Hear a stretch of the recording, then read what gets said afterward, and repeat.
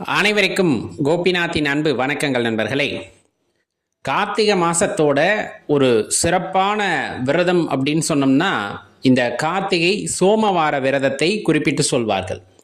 சோமவார விரதத்தை ஆரம்பிக்கணும்னாலும் இந்த கார்த்திகை மாதத்தில் வரக்கூடிய சோமவாரத்தில் ஆரம்பிச்சுடணும் அப்படின்னு சொல்லுவாங்க, ஒரு வருடம் முழுவதும் இருப்பவர்களுக்கு.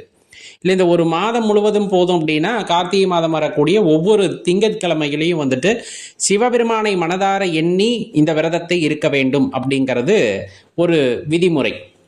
இந்த திங்கட்கிழமை இன்னொரு ஒரு நாள் தான் இடையில இருக்கு இல்லையா, அனைவருக்கும் தெரிந்து கொள்ள மற்றவர்களுடனும் பகிர்ந்து கொள்ளுங்கள். ரொம்ப எளிமையான விரதங்க, ரொம்ப எளிமையான விரதம். வீட்டில் சிவபெருமானுடைய திருவுருவப்படம் இருக்குது அப்படின்னா அந்த திருவுருவப்படத்தை வச்சு பூக்களால் அலங்காரம் பண்ணிக்க, நல்ல வாசனையான மலர்கள்.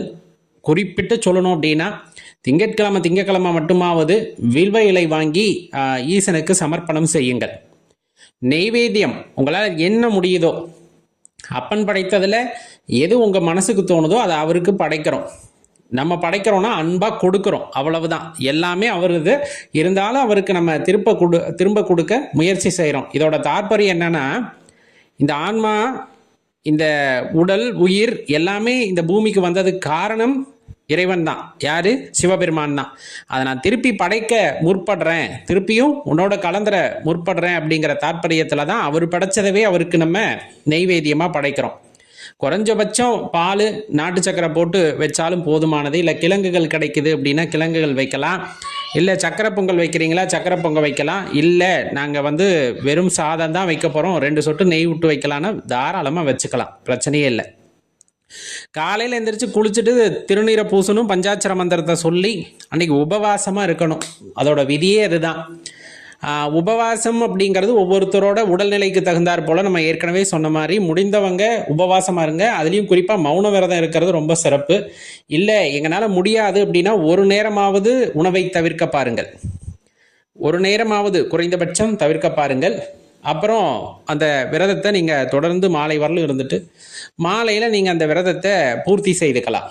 இதோட முக்கியமான விஷயம் என்ன அப்படின்னா, அன்று முழுவதும் நம்ம திருவாசகம், தேவாரம், திருமந்திரம் இது போல நம்ம பாடல்களை பாடிக்கொண்டிருத்தலும், நினைத்து கொண்டிருத்தலும் அல்லது பாடல்களை கேட்டு கொண்டிருத்தலும் ரொம்ப அவசியம். மனசில் தூய்மையான எண்ணங்கள் இருக்கணும். அதனால தான் இந்த மௌன விரதம் இருந்துருங்க அப்படிங்கிறது. உடம்புக்கு அந்த ஆற்றலும் சேமிக்கப்படும், அதே போல் அது உடலோட ஆற்றலை மேம்படுத்தும். அப்படிங்கிறனால இந்த சோமவார விரதத்தில் மௌன விரதத்தையும் சேர்த்து இருக்க சொல்லுவாங்க. இருக்க முடிஞ்சால் அப்படி இருக்கலாம். அந்த விரதத்தை நிறைவு செய்யும் போது அருகாமையில் இருக்கக்கூடிய சிவாலயங்களுக்கு போயிடுங்க. போயிட்டு சிவபெருமானை தரிசித்து அன்றைய தினத்தோட விரதத்தை பூர்த்தி செய்து கொள்ளலாம். அங்கே போகிறீங்க அப்படின்னா ரொம்ப முக்கியம், ஒரு சாப்பாட்டு பொட்டலமாவது வாங்கிட்டு போங்க. அங்கே முடியாமல் இருக்காங்க, உணவுக்கு ரொம்ப கஷ்டப்படுறாங்க, வயதானவர்களாக இருக்காங்க அப்படின்னா உங்கள் கையால் அன்னைக்கு அந்த தானத்தை பண்ணுங்க, ரொம்ப சிறப்பான விஷயம். இல்லை நம்மளால் முடியும் அப்படின்னா ஒரு போர்வை வாங்கிட்டு போகலாம், கொடை வாங்கிட்டு போகலாம். அங்கே இருக்கிறவங்களுக்கு தானம் செய்கிறது ரொம்ப உசித்தம். இந்த சோமவாரத்தில் திங்கக்கிழமையில் பார்த்தீங்க அப்படின்னா 1008 சங்காபிஷேகம் நடக்கும். கார்த்திகை மாதம் சோமவாரத்தில் சிவபெருமானுக்கு சங்காபிஷேகம் அப்படிங்கிறது சிறப்பாக நடத்துவாங்க.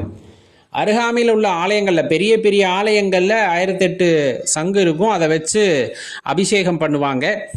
ரொம்ப சிதலமடைந்திருக்கின்ற கோவில் அப்படிங்கும் போது அங்கு அவ்வளவு விமர்சையாக நடைபெறவில்லை என்றாலும் நம்மளால் முடியுது அப்படின்னா ஒரு சங்கு வாங்கி அந்த கோவிலுக்கு தானமாக கொடுக்கலாம், விளக்கு வாங்கி தானமாக கொடுக்கலாம்.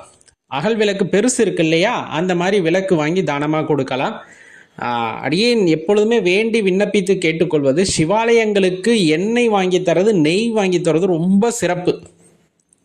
அந்த நிறைய சனீஸ்வர பகவானுடைய பார்வையால் கஷ்டப்படுறாங்கன்னு சொல்கிறாங்க இல்லைங்களா, அவங்கெல்லாம் இந்த எண்ணெய் ஒரு ஆலயத்திற்கு நீங்கள் தானமாக வாங்கி கொடுக்குறீங்க அப்படின்னா கண்டிப்பாக அந்த பாதிப்புகள் படிப்படியாக குறையும். அது நீங்களே கண்கூட பார்க்க முடியும்.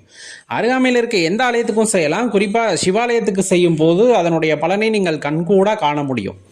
ஒரு 50 மில்லி 100 மில்லி வாங்கி கொடுத்தா போதுமானது. கண்டிப்பாக நம்மளால் முடியும். முடியாது அப்படிங்கிற நினைவே முதல்ல மனசில் வரக்கூடாது. நம்மளால் முடியும் அப்படின்னு நினச்சி செய்யுங்க. முடிஞ்சால் நெய் வாங்கி தரலாம், தப்பு இல்லை. விளக்கு தானம் செய்வது, மற்றவர்களுக்கு விளக்கு தானம் செய்வதற்கு உகந்த மாதம் அப்படின்னு சொன்னோம்னா இந்த கார்த்திகை மாதத்தை சொல்லுவாங்க. அப்போ இந்த கார்த்திகை மாதம் முழுவதுமே சிவாலயங்களில் விளக்கெறிந்து கொண்டிருப்பதற்கு நாம் உதவ முற்பட வேண்டும். தானமாக கொடுக்கணும். தானம்னு சொல்லக்கூடாது, அப்பனுக்கு செய்கிற சேவை. ஏன்னா அந்த சேவையின் பலன் அப்படிங்கிறத எதிர்பார்க்காம நம்ம செய்கிறோம் அப்படின்னா நம்மளை சிவபெருமான் பார்த்துக்குவார் அப்படின்னு சொல்லுவாங்க. அதனால் முடிஞ்ச அளவுக்கு இதை செய்ய பாருங்க. இந்த கார்த்திகை மாதத்தில் வர்ற எல்லா திங்கட்கிழமையிலையும் நீங்கள் விரதம் இருக்கிறீங்க அப்படின்னா பலன் அப்படின்னா எல்லாரும் சொல்கிற மாதிரி கஷ்டம் நீங்கும், குழந்தை வரம் கேட்பவர்கள், திருமண தடை இருக்குது அது நீங்கணும், இந்த மாதிரி ஏதா இருந்தாலும் சரி ஒரே ஒரு கோரிக்கையை மனசில் வச்சுக்கோங்க. இது கண்டிப்பாக நிறைவேற வேண்டும் அப்படின்னு மனசில் வச்சுக்கிட்டு நீங்கள் அந்த விரதத்தை கடைபிடிக்கலாம். கார்த்திகை மாதம் முழுவதும் இருக்கலாம். இல்லை நாங்கள் வருடம் முழுவதுமே இருக்கோம் திங்கட்கிழமை அப்படின்னா ரொம்ப சிறப்பு.